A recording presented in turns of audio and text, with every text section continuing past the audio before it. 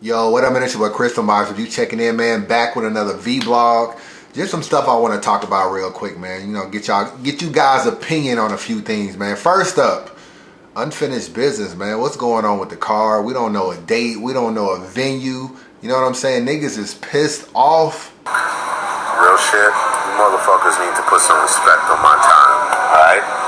This is the second weekend in a row that I drove from Georgia, fucking Georgia, come up to see this. Look, I'm getting tired of this shit, okay? I don't have money to be spending like this. Put some I want fucking stage passes for the rest of the year. So yeah, man, as you can see, man, niggas salty, niggas ticked off, man. So let's just go over the facts real quick. First, it was supposed to be at Santos. We all know Santos closed down. They had a skinhead party or whatever. Next thing you know, it's closed down. Not URL's fault, you know what I'm saying? They don't own Santos. They can't control the building being open. So they tried to find another venue, took a little bit too much time, never found a venue, ended up canceling the event for that particular weekend.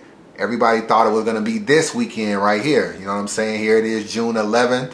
No Unfinished Business 2 going on. So everybody thought it was going to be moved to this weekend. So you had Santos closed down. Then you had a Troy Ave situation with Urban Plaza. From what I'm hearing, Urban Plaza, the same owners that own Urban Plaza also own Gramercy Theater. So, you know, there's been this little ban on hip-hop. No hip-hop in New York City. A lot of concerts and shit been canceled. So no Urban Plaza, no Gramercy Theater, no Webster Hall, no Santos. You know what I'm saying? Stage 48, they're not doing that no more. So I don't really know what venue URL is going to use in Manhattan. And we don't even have a date, man, until somebody sent me this. Somebody sent me this saying that Unfinished Business was going to be July 9th. You can see right here. I'm gonna get it in focus for y'all. Unfinished Business 2, July 9th. When you look at where, all it has is New York City. It doesn't have a venue or anything. So July 9th, today is pretty much June 11th. So almost a month from now, Unfinished Business is going on July 9th. Now, the only other problem with that, there's also another battle event July 9th as well. Blood, Sweat, and Tears for RBE, July 9th as well. I know how a lot of league owners operate, man. They don't try to do events on the same day. I'm pretty sure when ARP picked this date, he picked a date that was open. No other battle events was going on. So now you got URL in New York, July 9th, Unfinished Business 2, Rare Breed Entertainment, July 9th as well. You know what I'm saying? So there's a little conflict of interest. I'm not saying that they owe RBE any respect. I'm not saying RBE owes them any respect. But at the end of the day, I know a lot of people like to go to both events. And from the looks of it, you ain't going to be able to do that as of right now. I don't know if the July 9th date is going to stick. But I mean, URL got to come out and say something, man. Because a lot of fans that don't even know this date even exists. You know what I'm saying? I'm talking to people, they don't know anything about the upcoming date. They don't know if it's true. They don't know if it's been rescheduled. People thought it was this weekend. So, you know, URL doesn't do the best job of communicating and just letting people know what's up. But that definitely is what needs to be done. Hopefully URL will be able to find an event, man, July 9th or whatever, and be able to make this happen. And moving forward, I think Urban Plaza will eventually be able to do battle rap again. So maybe we can start seeing, you know, the Summer Madnesses and the Gnomes and shit going back down at Urban Plaza. But I know it's not all URL's fault. I know they scrambled to get a venue. They was upset Santos closed down. But at the end of the day, I'm pretty sure there's some ticket holders out there wondering when the hell is Unfinished Business 2? And it looks like it's going down July 9th. So are y'all niggas even still interested in this card? We not seeing no crazy promo. We didn't really have a crazy trailer, to keep it real with you. I don't hear nothing from Gun Titles. I don't hear nothing from Briz. I barely hear anything from Shotgun Suge. I don't hear nothing from T-Top. Even though I did hear T-Top's rounds for Mav though, and they crazy. Believe me, they are definitely crazy. Who else is on the card, man? DNA and K-Shine is kind of quiet. Math is kind of quiet. There's not really no buzz around this card. So it could be a blessing in disguise, considering they got canceled. Maybe no buzz is a good thing, because if this was Gnome or Summer Madness, niggas would be going ballistic right now that this event is postponed. So maybe the lack of a buzz is one of the things that kind of saved URL to be able to reschedule this whole event. So I don't know, but do y'all niggas even care about this shit no more? Do y'all still want to see Gun Titles? Do y'all want to see Mavs return? Just a little food for thought, man. So be on the lookout, man. July 9th, it looks like that may be the new date going on. Same date as Rare Breed Entertainment, though. So what's y'all thoughts about that? Unbiased TV Midwest, man, I want to introduce y'all to this whole expansion that I'm doing, man. I linked up with two dudes. Y'all seen them in my Crown recap. DeMarco and Johnny, two guys I met a long time ago when I first started blogging. What was the worst performance of the night individually? Don't necessarily mean it was bad. It was just the worst on the card. That just didn't hit. Right. Jersey. Yes, sir. Tsunami. I expected so much more from Tsunami, bro. Yo, and I came. Stop being influential, man. I said James. I said that before the battle started. I say, man. You got served too? Yeah, Surf. Cause I say, man, Surf would be like a couple balls away from winning, or a ball away from winning. Jersey. Yo, like he was like man, bro. He was literally in the middle of a bar. Like he'd be like, "I'll run in your crib." Jersey. Both of them from Chicago. I used to meet them every time I used to win, Big T versus Charlie Clips. I met them out there. The Crown 1, the Crown 2. Every time I went to Chicago, I linked up with these dudes. So they some real, genuine, cool dudes, man, that really love the culture. And they presented an opportunity to expand Unbiased Review, and they wanted to cover a lot of the Midwest events since they live in the Midwest. So I figured, hey, more footage for Unbiased Review to be able to put out to the fans. There's a lot of events that's not being covered. The first event they covered was Young Ill versus Daylight. So you'll be seeing that footage come out. Oh, I only took this battle for the views obtained, but you get offensive, I get defensive and let it shell guard you. Ever since that run-in with Smack, you've been viewing URL backwards. You ain't ready to see this L, are you?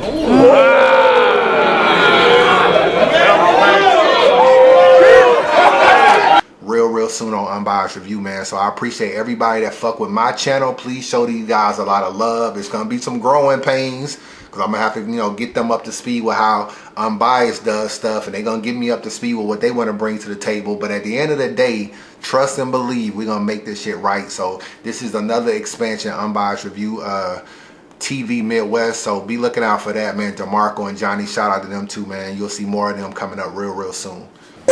Untold Truths, man. I know a lot of people are really fond of the Untold Truths I do. People hit me up all the time, ask me to do Untold Truths on people, and want to know why did I stop doing Untold Truths. I really haven't stopped, to keep it real with you. You know what I'm saying? When I sit down with the right person, I'm all game to do an Untold Truth. But I did want to say this, man. It did kind of slow down. A lot of people that I try to sit down with, they always try to dictate the interview. And if you know anything about Untold Truths, we're going to talk about your battle rap history.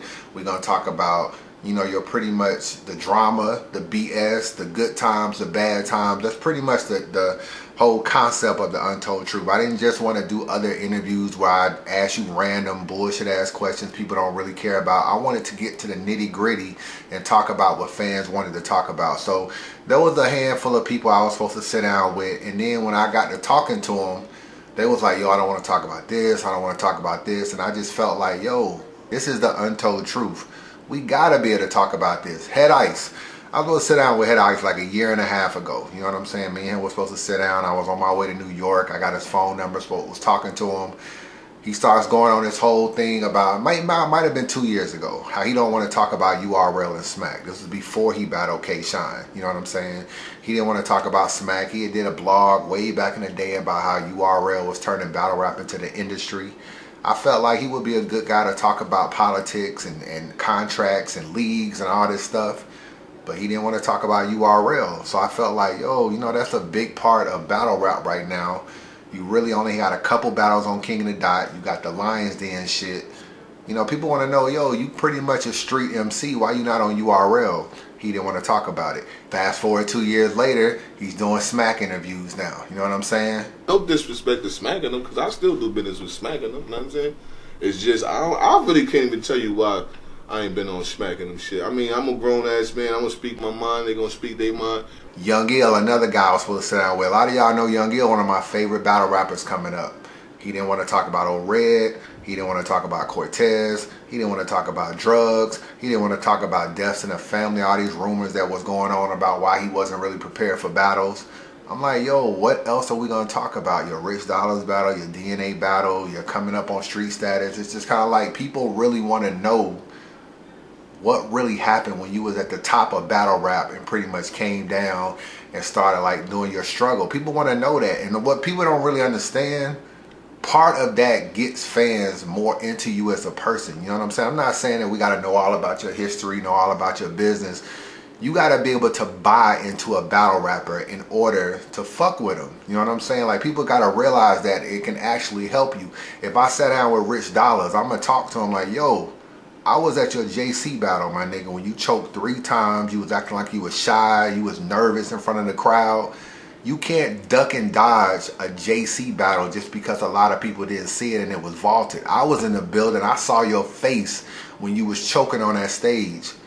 You sometimes gotta own it, and people will start to accept it and move on and buy into more of your personality. That's what make people like you more. Your vulnerability is what ends up helping you in the long run.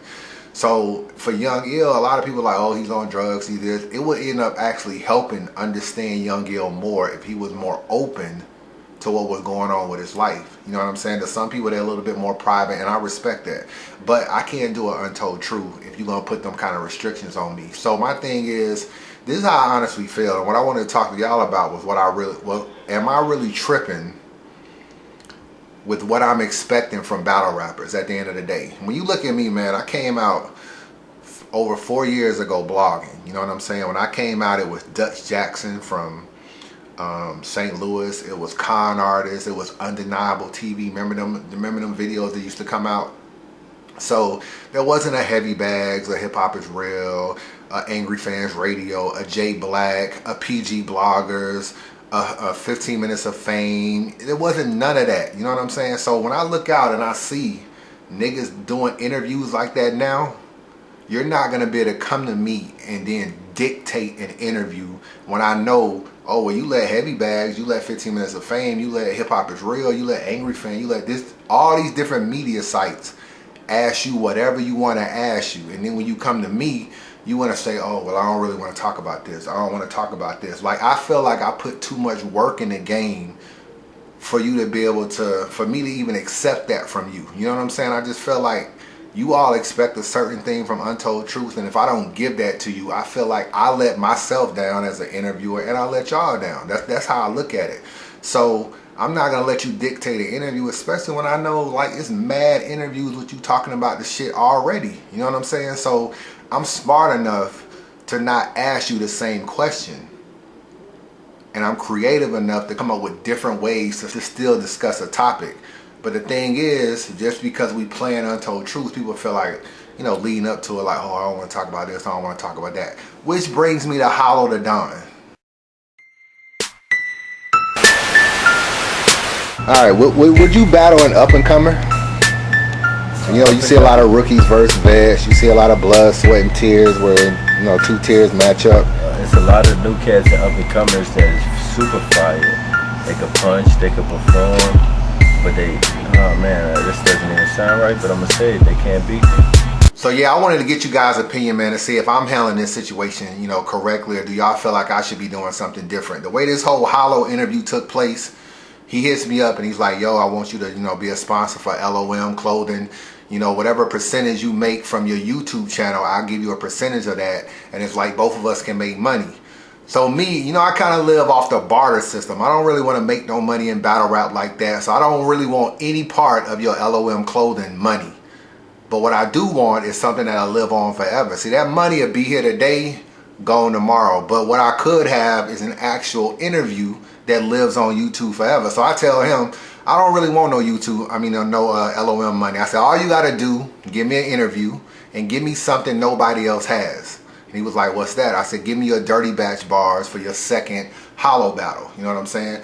He was like, cool. We talked about it. Everything seemed to be in agreement. We didn't really have no issues. Felt like it could have been a better interview, man. But he was kind of dictating the interview. He didn't want to talk about John. He didn't want to talk about Arsenal. He barely wanted to talk about Mook and different stuff like that. So it was like me picking and choosing, trying to pull that information out of him. And I just felt like, for me to interview you, for you to reach out to me first, to keep it real with you, I just felt like, yo, let's just do the best interview we can do. You know what I'm saying? You telling me this is going to be your last interview. You telling me you want me to sponsor the LOM clothing line. So give me something, you know, along with the Pat Stay Dirty Batch bars or whatever that no one else has. Let me be able to get what I need from the interview, and you can get what you need as far as the LOM promotion. So that was my thought process going into the whole thing.